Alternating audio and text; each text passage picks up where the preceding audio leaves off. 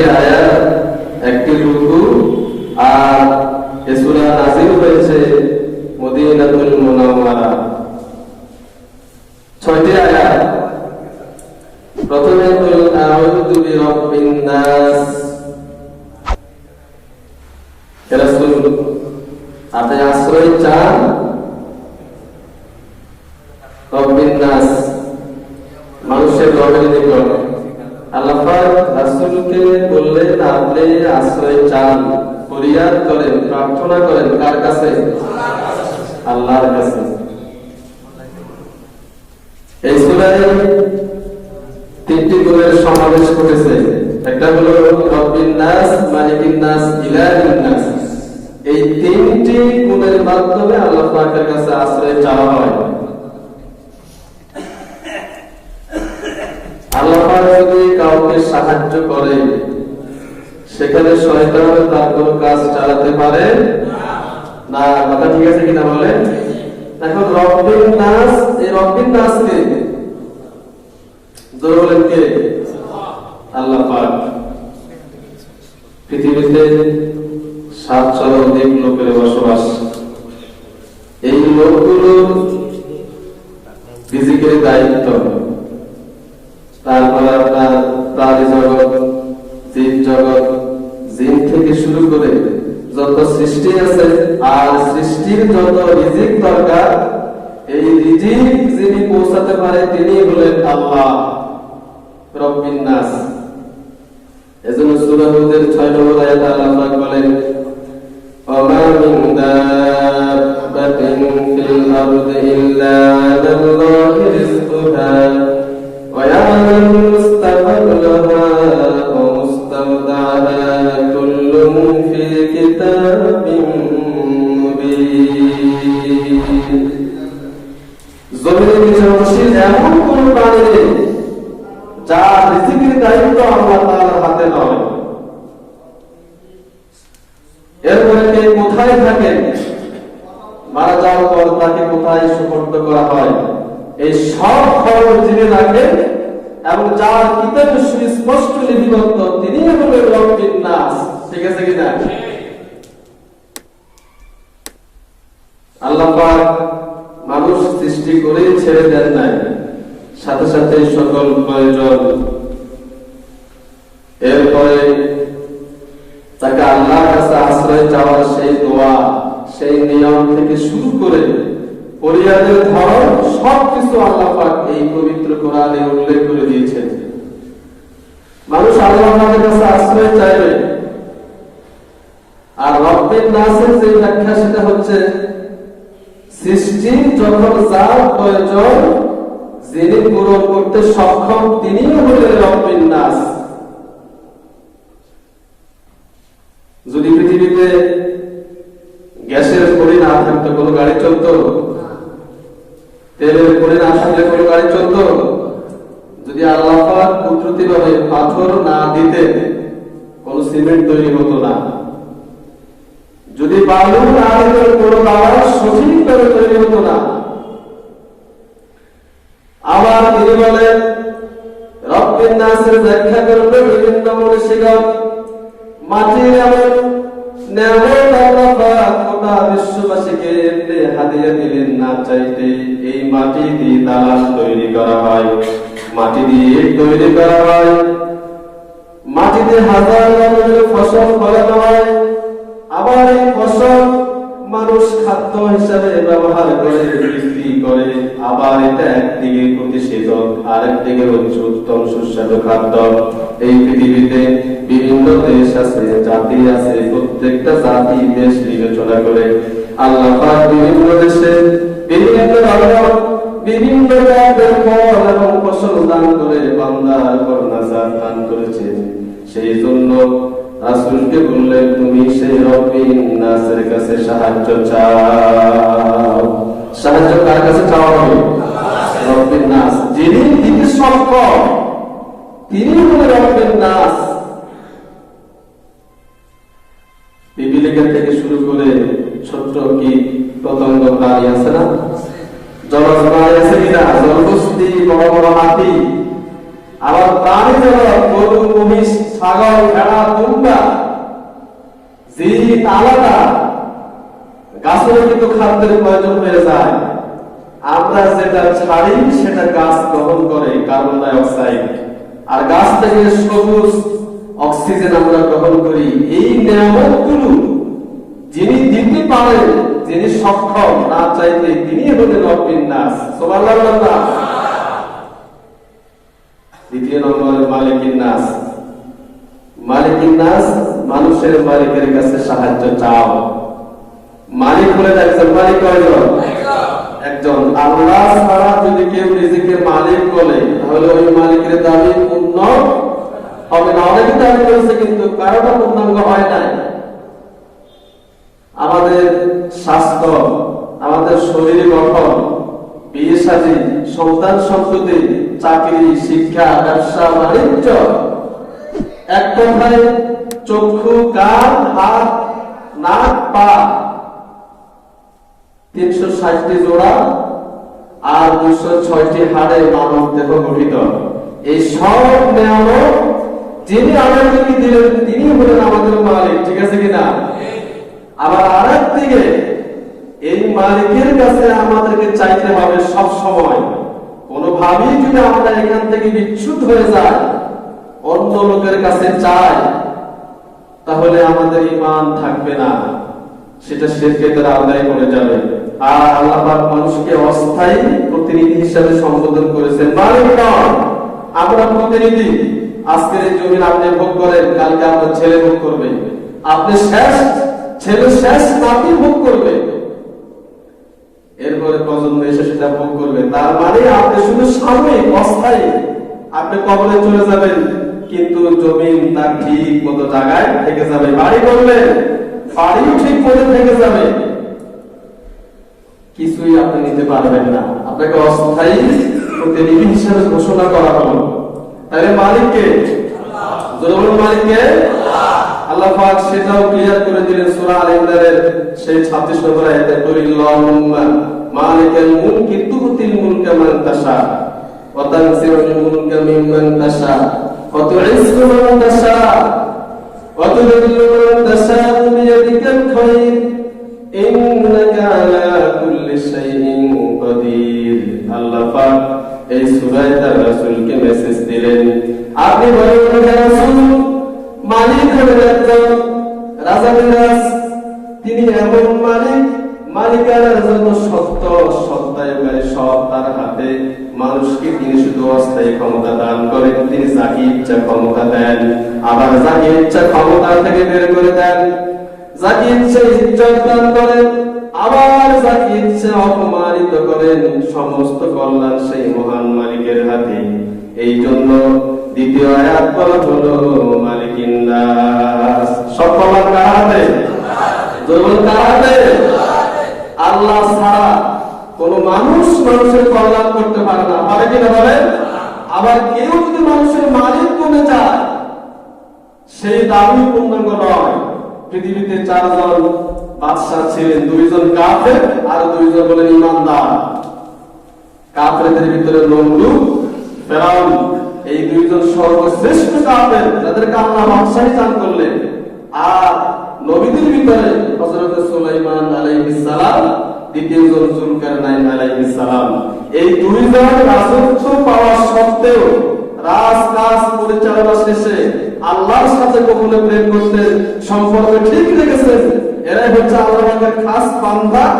এরপরে ওদেরকে আল্লাহ অস্থায়ী প্রতিনিধি হিসাবে ওই মুলুক, ওই রাজত্ব দান করেছেন, স্থায়ী ভাবে নয়। ঠিক কিনা? নমরুদ নিজেকে খোদা দাবি করল। যখন ইব্রাহিম আলাইহিস সালাম তাকে বারবার বলল, আপনাকে আল্লাহ পাক এত সম্মান দিলেন, ইজ্জত দিলেন, বিশাল রাজত্ব দান করলেন, আপনি আল্লাহ পাকের পথে ফিরে আসেন। সে বলল, আমি তো খোদা, সবাই তো আমাকে সিজদা করে, আমার দিকে ফিরে আসে, আমি আবার কার দিকে ফিরে যাব?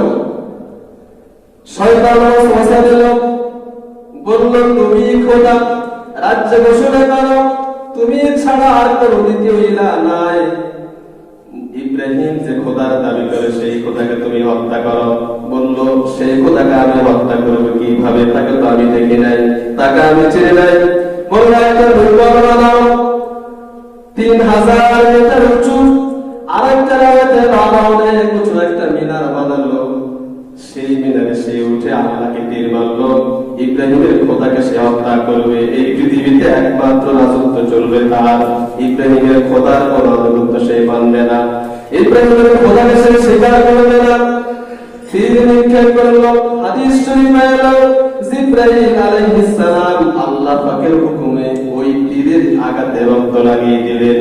আর এই রক্ত জলজ প্রাণীর কাছে চাওয়া হলো। এরপরে আবার এই প্রাণীর কাছে চাওয়া হলো, জীবের কাছে চাওয়া হলো, কেউ দিতে রাজি হয় না। সমুদ্রের একটা মাছ, নাম হলো বেলে মাছ। এই বেলে মাছ রক্ত দিতে রাজি হলো। ওই মাছটা তীরের আগায় জিবরাইল লাগিয়ে দিলেন। সুবহানাল্লাহ। বললেন, আল্লাহর করুণা হলো তাকে বলো। সে তার খোদাকে হত্যা করলো। নমরুদ যখন নিচে নেমে দেখলো তীরগুলোর মাথায় রক্ত লাগানো, খুশিতে আত্মহারা হয়ে গেল। ইব্রাহিমের খোদাকে হত্যা করে ফেলেছে। নাউজুবিল্লাহ। এর পরে সে আবার উঠতে আরম্ভ করলো। এখানে সে ক্ষান্ত হয় নাই। তখন আল্লাহ বললেন, ইব্রাহিম যাও, তাকে এবার দাওয়াত দাও। যদি দাওয়াত গ্রহণ না করে আযাবের দুঃসংবাদ দাও। এসে বলল, আপনি দয়া করে ইসলামের পথে ফিরে আসেন, ঈমান গ্রহণ করেন। বলল, আমি তোমার খোদাকে হত্যা করে ফেলেছি, তুমি আমাকে কিসের দাওয়াত দাও? আমি তো খোদা। বলল, আপনি আযাবের দুঃসংবাদ গ্রহণ করুন। বলল, কিসের আযাব? তোমার খোদা তো জীবিত নেই। বলল, আমার খোদা তিনি, যিনি চিরঞ্জীবী, যার কোনো লয় নাই, ক্ষয় নাই। ঠিক আছে কিনা? তিনি এমন এক খোদা যে এই গোটা কায়নাত, 7 আসমান 7 জমিন, 700 অধিক আজকে মানুষের বসবাস, কত সংখ্যক জিন কেউ জানে না। এরপরে প্রাণী জগতের সংখ্যা কেউ জানে না। আবার সমুদ্রের ভিতরে এমন এমন মাছ আছে, যেমন ডলফিন, শ্যালায়ন, শিমলা থেকে শুরু করে সাদা ডলফিন 6500 টন ওজন, নীলকুঠি 3500 টন ওজন। আপনি কি বুঝেন টন কেমন করে বলা হয়? 27.5 মনে 1 টন, এরকম 6500 মনে একটা তিমি। এই তিমি যখন সমুদ্রে ডুব দেয়, সমুদ্রের পানি 3 কিলোমিটার করে হয়ে যায়। সুবহানাল্লাহ। এরকম হাজার লাখ কোটি কোটি মাছ, এক একটা মাছের খাদ্য কেউ দিতে পারবে না। এরকম অসংখ্য মাছের খাবার যিনি মুহূর্তের ভিতরে জোগাড় করতে পারেন, তিনি বলেন ইব্রাহিমের খোদা রব্বুল আলামিন। বলে, আমার খোদা সেই চিরঞ্জীব, যার কোনো লয় নাই, ক্ষয় নাই। বললেন, তাহলে ঠিক আছে, আমি তোমার খোদার সাথে যুদ্ধ করব। আমি তোমার কি নাস হতে চাই, পৃথিবীতে বাদশা হতে চাই, আর কোন মালিক থাকতে পারবে না। ইব্রাহিম আলাইহিস সালাম বলল, আয় আল্লাহ, নমরুদ আপনার সাথে যুদ্ধ করবে। যুদ্ধের জন্য সে প্রস্তুত হয়ে গেল। তার সৈন্য সমাবেশ করলো মাঠে। আল্লাহ পাক শুধু তুচ্ছ মশার কপাল পাঠিয়ে দিলেন। এত ছোট্ট নগণ্য মশা আল্লাহ পাক আরেকটি জায়গায় বললেন, এই দুনিয়া যদি আল্লাহর কাছে মশার চাইতেও একটু দামি হতো, কোন কাফেরকে তিনি জীবিত রাখতেন না। কোন কাফের জীবিত রাখতেন না আল্লাহ পাক। যদি মশার চাইতে মূল্য হতো আল্লাহর কাছে, তাহলে গোটা দুনিয়া আল্লাহর কাছে ছোট্ট একটা মশার চাইতেও মূল্যহীন। মশার পাল পাঠিয়ে দিল। মশা লোকেরা কিছু বোঝার আগেই মাথায় চলে আসলো। নমরুদ হাসতে লাগলো, কিসের মশা?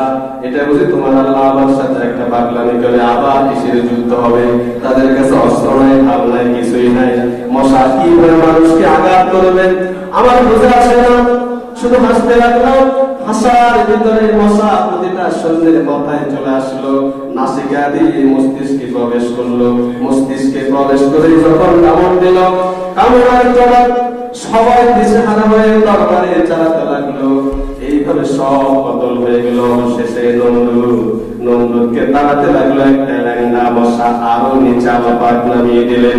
আল্লাহ পাক দেখালেন, সুস্থ মশাকে আল্লাহ তাকে দুনিয়া থেকে বিদায় করবে না। মালিকিন নাসের ক্ষমতা কত বেশি, তিনি ল্যাংড়া একটা মশা সার্ভিসে লাগিয়ে দিলেন। এই মশা রাস্তার সাথে এসে তার মস্তিষ্কে ঢুকে গেল, ঢুকে যখন আঘাত শুরু করলো, নমরুদ পাগলের মতো হয়ে গেল, দিশেহারা হয়ে গেল, কি করবে কিছুই বুঝতে পারছে না। যখন জুতা দিয়ে বাড়ি মারে তখন তার কাছে আরাম লাগে, অন্য কিছু দিয়ে বাড়ি মারলে আরাম লাগে না। যদি জুতা দিয়ে, এজন্য একটা লোককে নিযুক্ত করলো শুধু জুতা মারা তার মাথায়। এটা হলো এই দুনিয়াতে আল্লাহর অস্তিত্বের সাথে কেউ যদি শিরক করে, নাফরমানি করে, এটাই তার শাস্তি।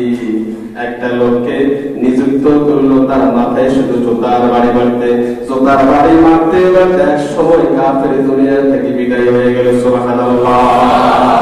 তাই মুলকিয়াত কার? বলেন মুলকিয়াত কার? মালিকিন নাস, রাজাধিরাজ তিনি আল্লাহ। এই ছাড়া আর কেউ মালিক হতে পারবে না। ফেরাউন পেরেছে? বলেন পেরেছে?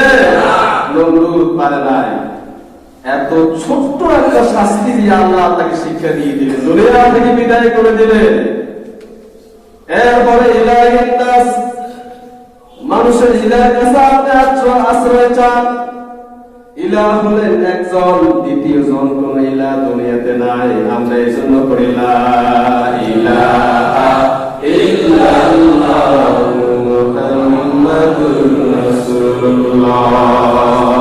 তাওহীদের মূল ভিত্তি হলো ঈমান, আর ঈমানের মূল ভিত্তি হলো কালেমা। আল্লাহ ছাড়া কোনো মাবুদ আছে কিনা বলেন? আছে। এখন ইলাহকে, ইলাহ হচ্ছেন তিনি যিনি আপনাকে অক্সিজেন সরবরাহ করে দেন, রিজিক পৌঁছায় দেন, আপনার প্রত্যেকটা অর্গানকে যিনি সুস্থ রাখতে সক্ষম, তিনি হলেন ইলাহ।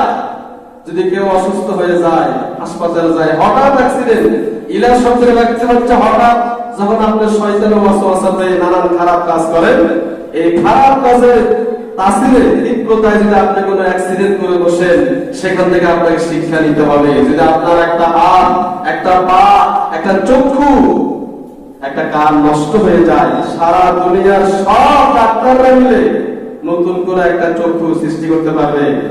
একটা আওয়াজ বলেন না পারবে? একটা হাত কি সৃষ্টি করতে পারবে? আরো নিচে নামি, একটা ফিটটা, সারা দুনিয়ার বৈজ্ঞানিক যদি একসাথে হয়, ছোট্ট একটা মাকড়সা তৈরি করতে পারবে? তো ইলাহিন নাস তিনি হলেন ইলাহ, যিনি তোমার এই কবর থেকে শুরু করে প্রত্যেকটা অঙ্গ প্রত্যঙ্গকে নিজ জায়গায় সেটআপ করে আবার সেগুলোকে তার নিজ নিয়ন্ত্রণ রাখতে সক্ষম, তিনি হলেন ইলাহ। সুবহানাল্লাহ বলবেন না? হাসপাতালে চলে যান, যদি অক্সিজেন শর্ট হয়ে যায়, সামান্য অক্সিজেন কিনতে আপনার কত টাকা লেগে যায়, আর যে ইলাহ 24 ঘন্টা আপনাকে বিনা সার্ভিসে অক্সিজেন দেয়, কোন বিনিময় চায় না। যদি জিব্রাইল এসে বলতো অক্সিজেনের টাকা দাও, আপনি আমি জমি জমা বাড়ি বিক্রি করে সংশোধন সেটা পরিশোধ করতে পারতাম না। 24 ঘন্টা যিনি আপনাকে অক্সিজেন সরবরাহ করে দেন, তিনি হলেন ইলাহ। তিনি কে? তিনি হলেন ইলাহ। যিনি পারে, যিনি পারবে, যার দ্বারা সম্ভব, তিনি হলেন আমাদের ইলাহ। ইলাহ ছাড়া অন্য কোনো মাবুদ আছে কিনা বলেন?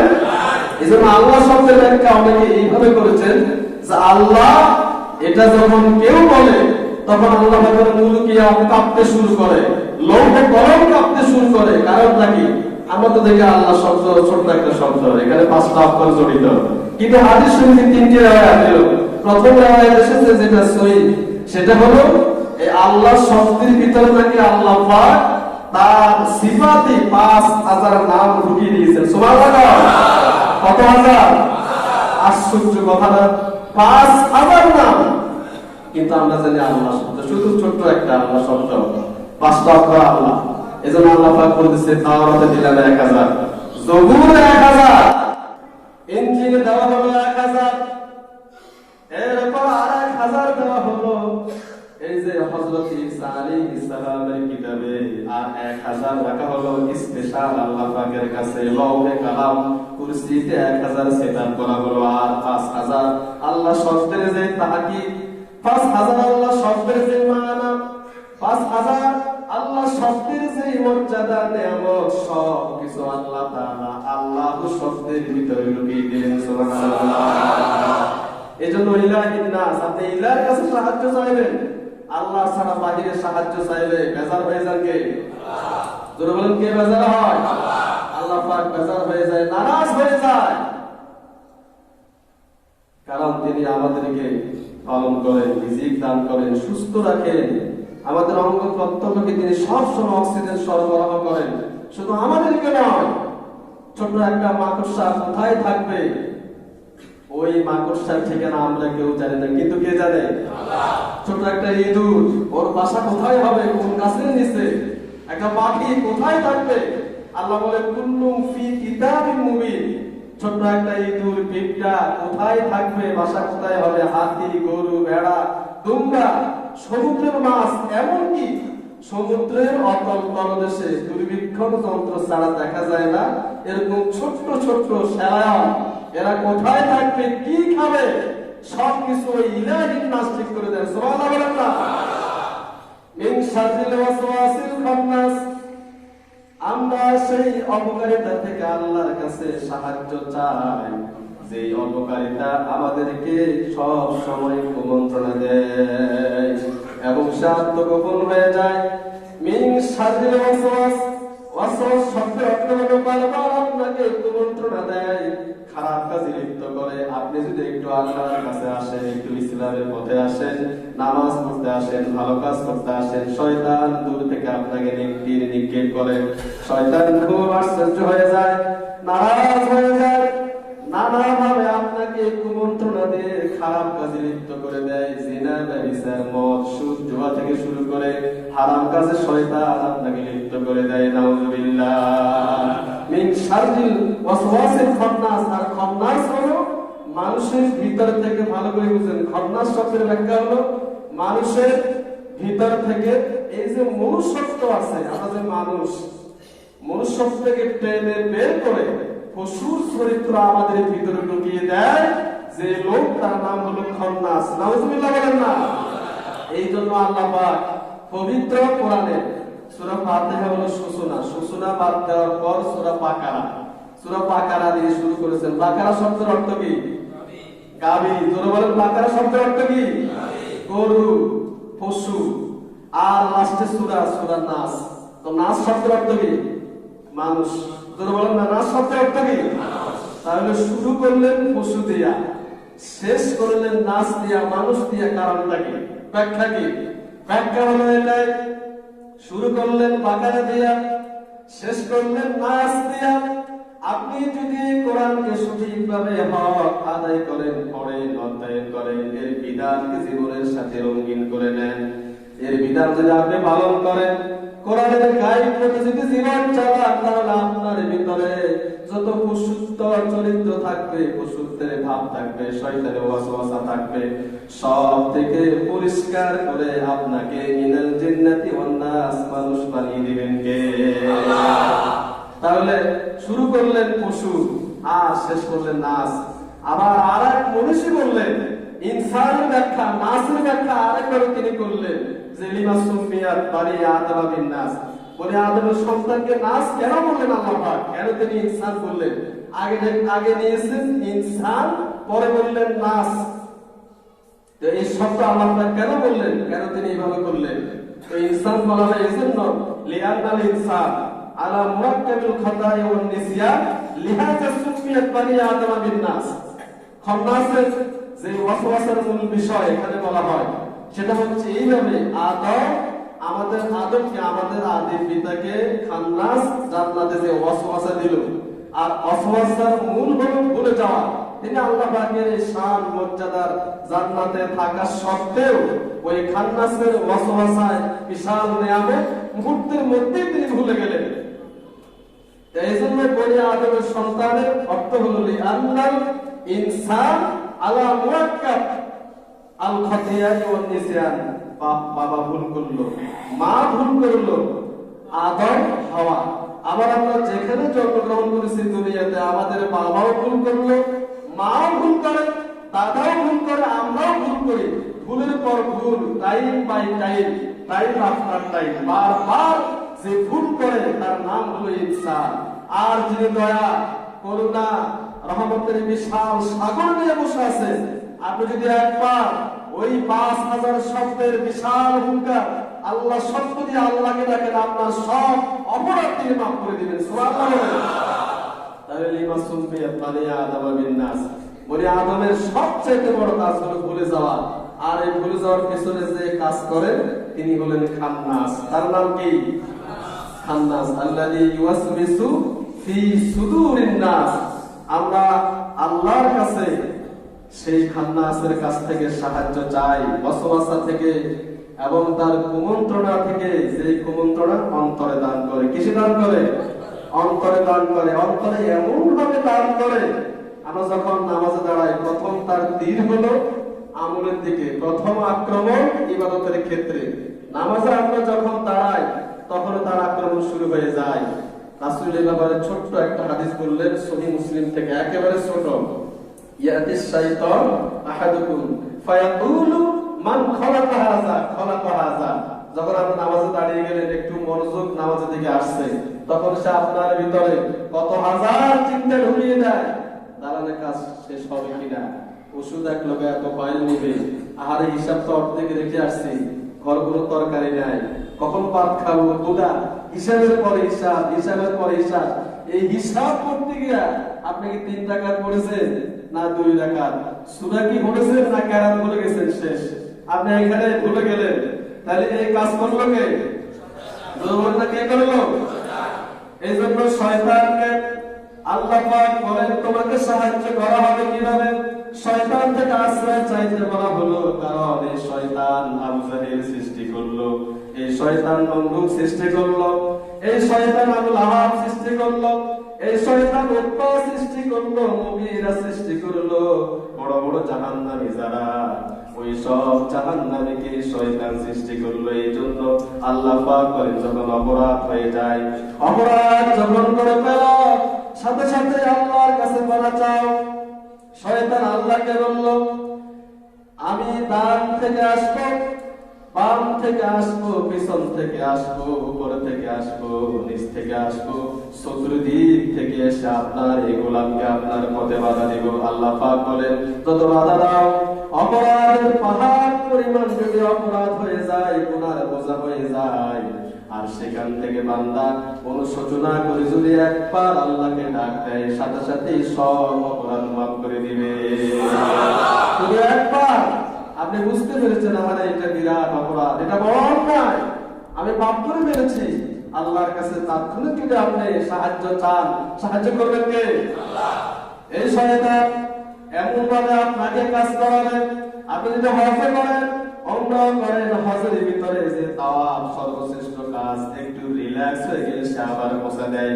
আকামত হয়, আকামত যখন হয় সে দৌড় দেয়, আকামত শেষ আবার চলে আসে, আযান যখন শুরু হয় দৌড়ে পালিয়ে যায়, আযান শেষ হয়ে গেলে মুয়াজ্জিনকে এসে বলে মুয়াজ্জিন আযানে ভুল করছো নাকি, ফেস লাগায়া দেয়, আবার আযান দাও, নামাজে এখনো সময় আছে, একটু বাইরে ঘুরে আসো, বারবার ফেস লাগাই। এই জন্য আল্লাহ তাআলা বলেন তুমি শয়তানকে যদি নারাজ করতে চাও, বেশি বেশি আল্লাহ পাকের জিকির করো, কারণ বান্দা যদি একবার জিকির করে, সেটা আল্লাহ শব্দ হোক, অন্য কোনো আমল হোক, যদি একবার রবের নাম নেয়, এই নামটা ওই শয়তানকে লোহার বর্ষা দিয়ে আঘাত করে। জোরে বলেন সুবহানাল্লাহ। ওয়া ইন্না ইয়ানসারুল্লাকা মিনাশ শাইতানি নাযগুন ফাসতাইজ বিল্লাহ, সূরা হামিম আশ-সিজদার 23 নম্বর আয়াত। এখানে বলা হলো যখন তোমার মনের ভিতরে একটু ওয়াসওয়াসার ভাব চলে আসে, নামাজ পড়বো না সময় আছে, এখনো তো সূর্য উদয় হয় নাই, একটু শীত লাগে, একটু একটু করে উঠবো, মা যখন তোমাকে ডাকে একটু একটু করে উঠবো, যখন বুঝবে এইভাবে ভিতরে তোমার ওয়াসওয়াসা সৃষ্টি হয়ে যায়, ওই খান্নাস তোমাকে ডিস্টার্ব করে, তখন পড়ো আউযু বিল্লাহি মিনাশ শাইতানির রাজীম। বিতাড়িত মানে দূর শয়তানের ওয়াসওয়াসা থেকে কার নিকট পানা চায়? আল্লাহ। বলেন কার কাছে? আল্লাহর কাছে সাহায্য চাই, পানা চাই। এই শয়তান এমন এমন আবেগ লোককে কাফের বানিয়ে দিল। যেমন মুসা আলাইহিস সালামের জামানায় বালম বিন বাউল এমন একজন লোক ছিলেন, এরকম আমলওয়ালা বুজুর্গ, যিনি ইসমে আজম জানতেন। আল্লাহ পাক মুসা আলাইহিস সালামকে যে ক্ষমতা দিলেন ইসমে আজমের মাধ্যমে দোয়া করলেই কবুল, ঠিক ওই ছোট্ট একটা শক্তি ওই বালম বিন বাউলকে আল্লাহ পাক দিলেন। সে যখনই ইসমে আজম করে কারোর জন্য হাত তুলতেন, আল্লাহ পাক লজ্জায় তার হাতখানা ফিরিয়ে দিতেন না। সুবহানাল্লাহ বলেন না? কিন্তু শয়তান খুব কঠিন ভাবে বালম বিনকে এমন ভাবে ধোঁকা দিল, এমন ভাবে তীর নিক্ষেপ করলো, আল্লাযী ইউওয়াসওয়িসু ফি সুদুরিন নাস, অন্তরে কোথায় কোথায় দিল? অন্তরে এমন ভাবে ওয়াসওয়াসা দিল। মুসা আলাইহিস সালাম দাওয়াত দিচ্ছে, ফেরাউনের সাথে ঝগড়া হচ্ছে কঠিন ভাবে। তো বনি ইসরাইলের কিছু লোক তার কাছে এসে বলল, আমরা তো জানি আপনি আল্লাহর কাছে হাত তুললেই কবুল হয়ে যায়, আপনি একটা কাজ করেন, মুসা আলাইহিস সালামের বিরুদ্ধে আপনি একটু দোয়া করেন। নাউজুবিল্লাহ বলবেন না? সে বলল আস্তাগফিরুল্লাহ। উনি হলেন জামানার নবী, উনি হলেন কালিমুল্লাহ, চারজন শ্রেষ্ঠ রাসূলদের একজন, আমি তার জন্য বদদোয়া করব না? কিছুতে সম্ভব নয়, এটা কোনোদিন পারবো না। এবারে লোকেরা কি করলো? তার জন্য বড় বড় মাছ, তৎকালীন সুস্বাদু খাবার এনে স্ত্রীর কাছে দিয়ে বলল, আপনি যদি আপনার স্বামীকে একটু মোটিভেশন করেন, যদি একটু হাইলাইটস করেন, কি হয়েছে? একবার না হাত তুললো, বারবার তো হাত তুলো না, কারণ খন্নাস মানুষের ছবি তুলে ওই মহিলাকে বোঝাচ্ছে। খন্নাসের পাওয়ার হলো, আপনি যদি 100 মাইল দূরে থাকেন, ভালো কাজ করেন, সে তার কারিন নামে একটা সঙ্গী আপনার পিছনে লাগিয়ে দেয়। এই কারিন সব সময় আপনার পিছনে শুধু খোঁচা মারে, ওয়াসওয়াসা দেয়, কোনোভাবে তার জন্য হয় না। যদি আপনি আমল করেন, সে কুচ্ছিত কালো হয়ে যায়, আর আবার আপনি যদি আমল ছেড়ে দেন, সে সুস্থ মোটা তাজা হয়ে যায়।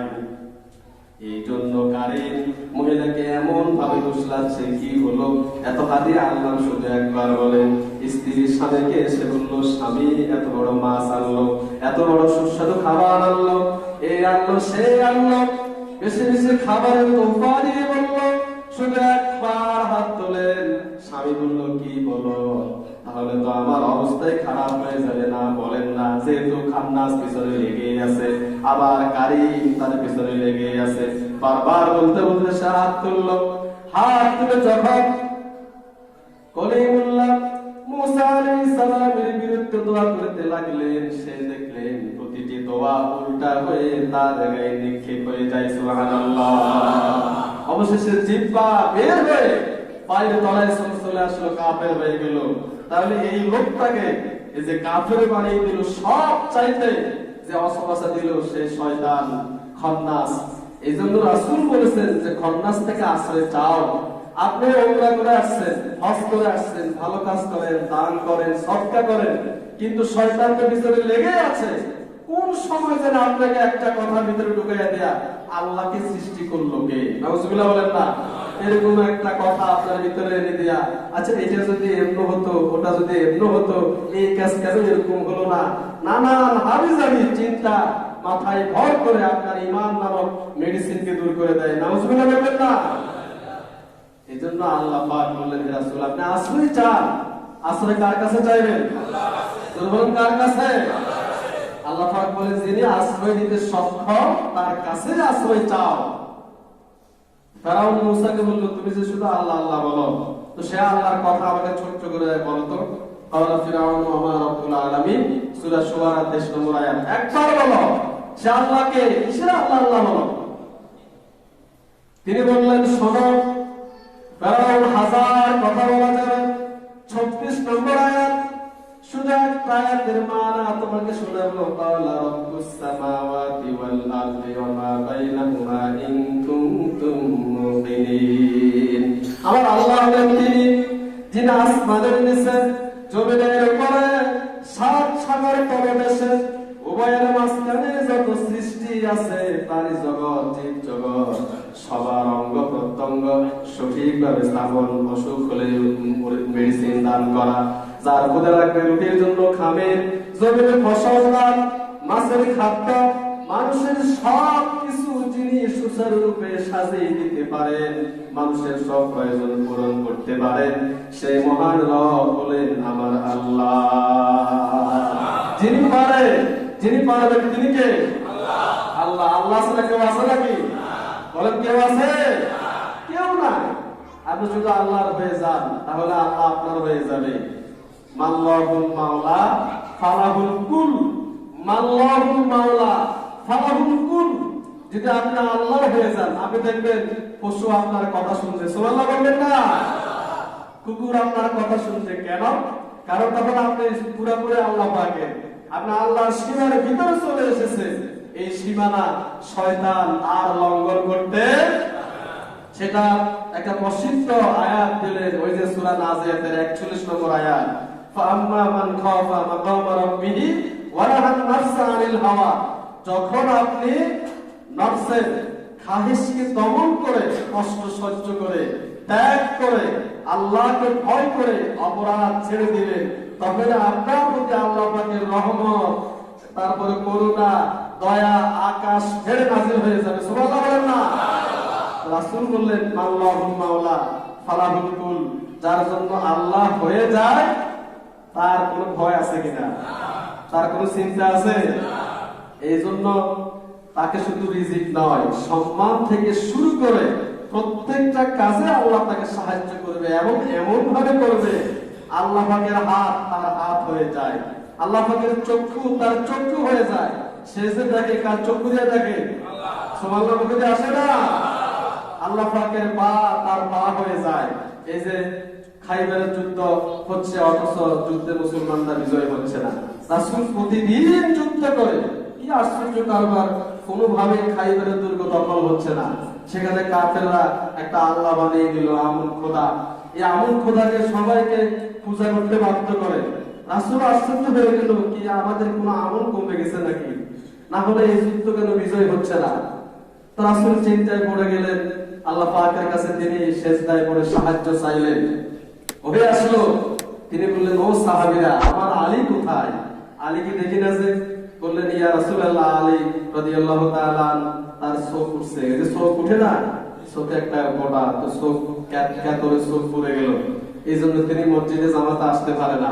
বললেন, অবশ্যই তাকে আগামী দিন ফজরের সালাতের সময় আমার কাছে নিয়ে আসবে। তো দুইজন সাহাবীর কাছে ভর দিয়া হযরত আলী কাররামাল্লাহু ওয়াজহা রাসূলের কাছে আসলেন। দেখছেন ঠিকই তো চোখ ফুটছে, কেতর দুই চোখ ভরা।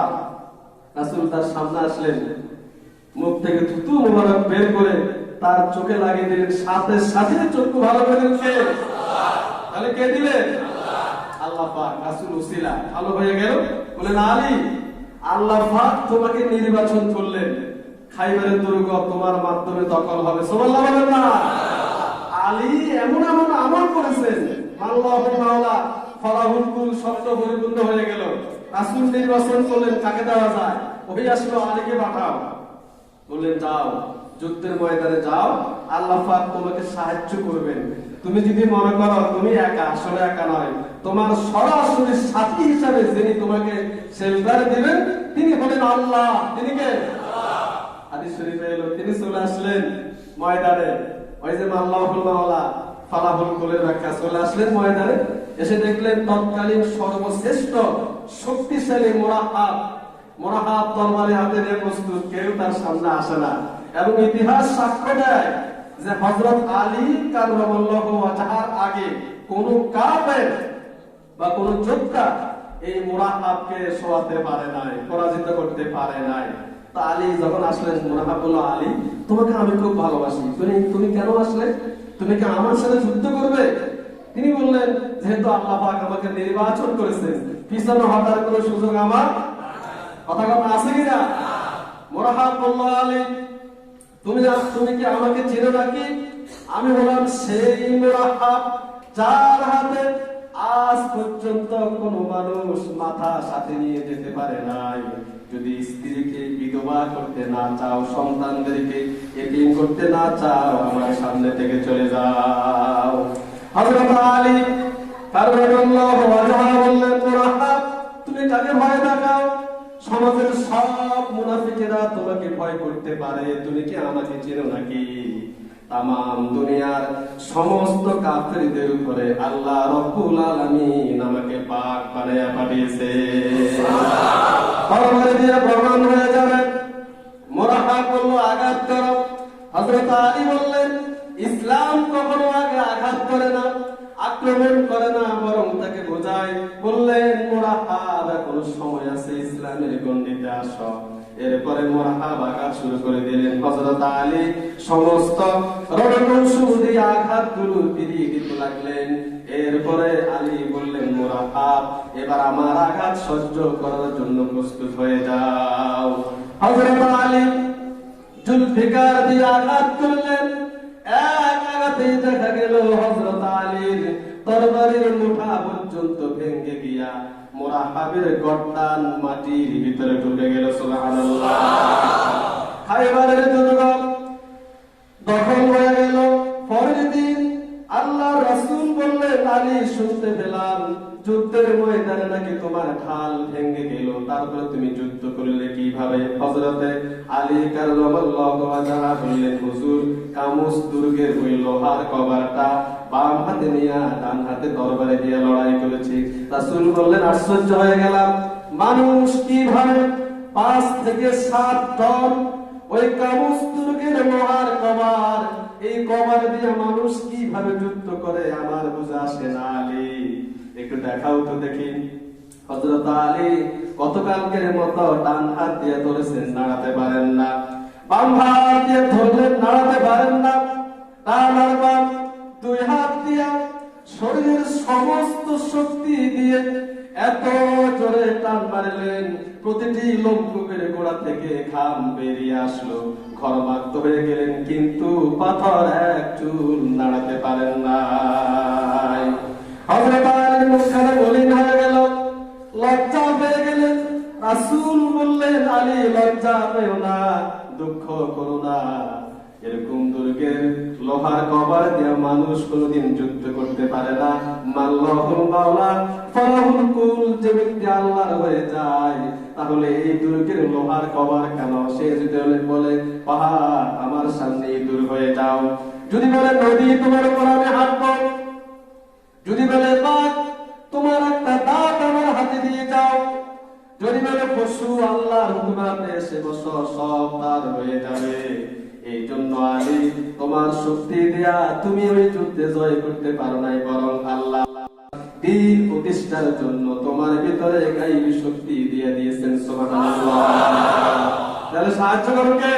আল্লাহ। সাহায্য চাইবেন, দরজা খোলা, দরজা সব সময় খোলা।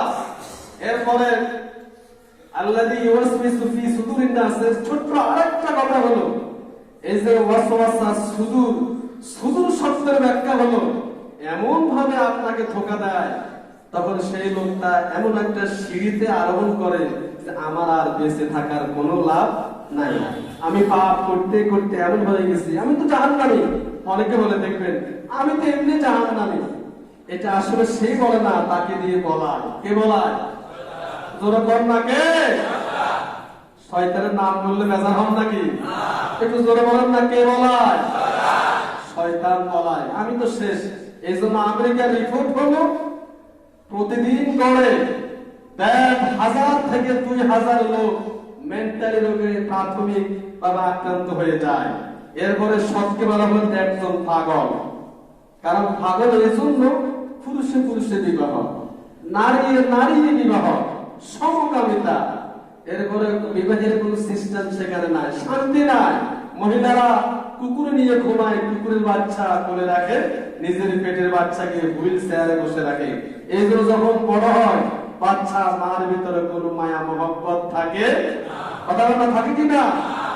আর আমার বাংলাদেশে মা ছেলেকে দুধ খাওয়ায়। এই জন্য ওই নারীর দাম 32টি নারী সেরা যে নিয়ামত, সেটা হলো মায়ের এক ফোঁটা দুধ। এই দুধ যখন ছেলের কণ্ঠ নারীতে যায়, ওই কণ্ঠ নারীতে পৌঁছানোর আগে আল্লাহ মা আর ছেলের সম্পর্ক খাড়া করে দেয়। সুবহানাল্লাহ। এই সম্পর্ক দান করেন কে? আবার বলা হলো সম্পর্ক এমন ভাবে তৈরি করে দেন, মা যখন সন্তানকে প্রসব করে ইস্তেহাজার রক্ত অত্যন্ত নাপাক, এই নাপাক রক্ত সন্তানের মুখে যেন না লাগে সেই জন্য নাভির ভিতরে দেয়া, সন্তানের নাভিকে ফাঁস করে দিয়া ময়লা এক পাশে সরাইয়া ফি করারিন মাকিন, ওই সুরক্ষিত স্থানের ভিতরে আল্লাহ পাক মানুষকে মায়ের পেটের ভিতরে তিল তিল করে মানুষ করে। সুবহানাল্লাহ।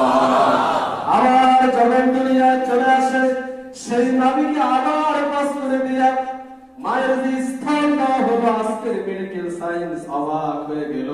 অথচ এই হাদিস খানা রাসূল 1450 বছর আগে বললেন, মায়ের স্তরের যে বোটা, এই বোটা যদি সন্তান চুষা মারে অনেকগুলো দুধ বেরিয়ে আসবে, আর বেরিয়ে আসার সাথে সাথে কচি কণ্ঠ, কচি লাংস, কচি হাত, কচি ফুসফুস সব নিমেষে উলট পালট হয়ে যাবে।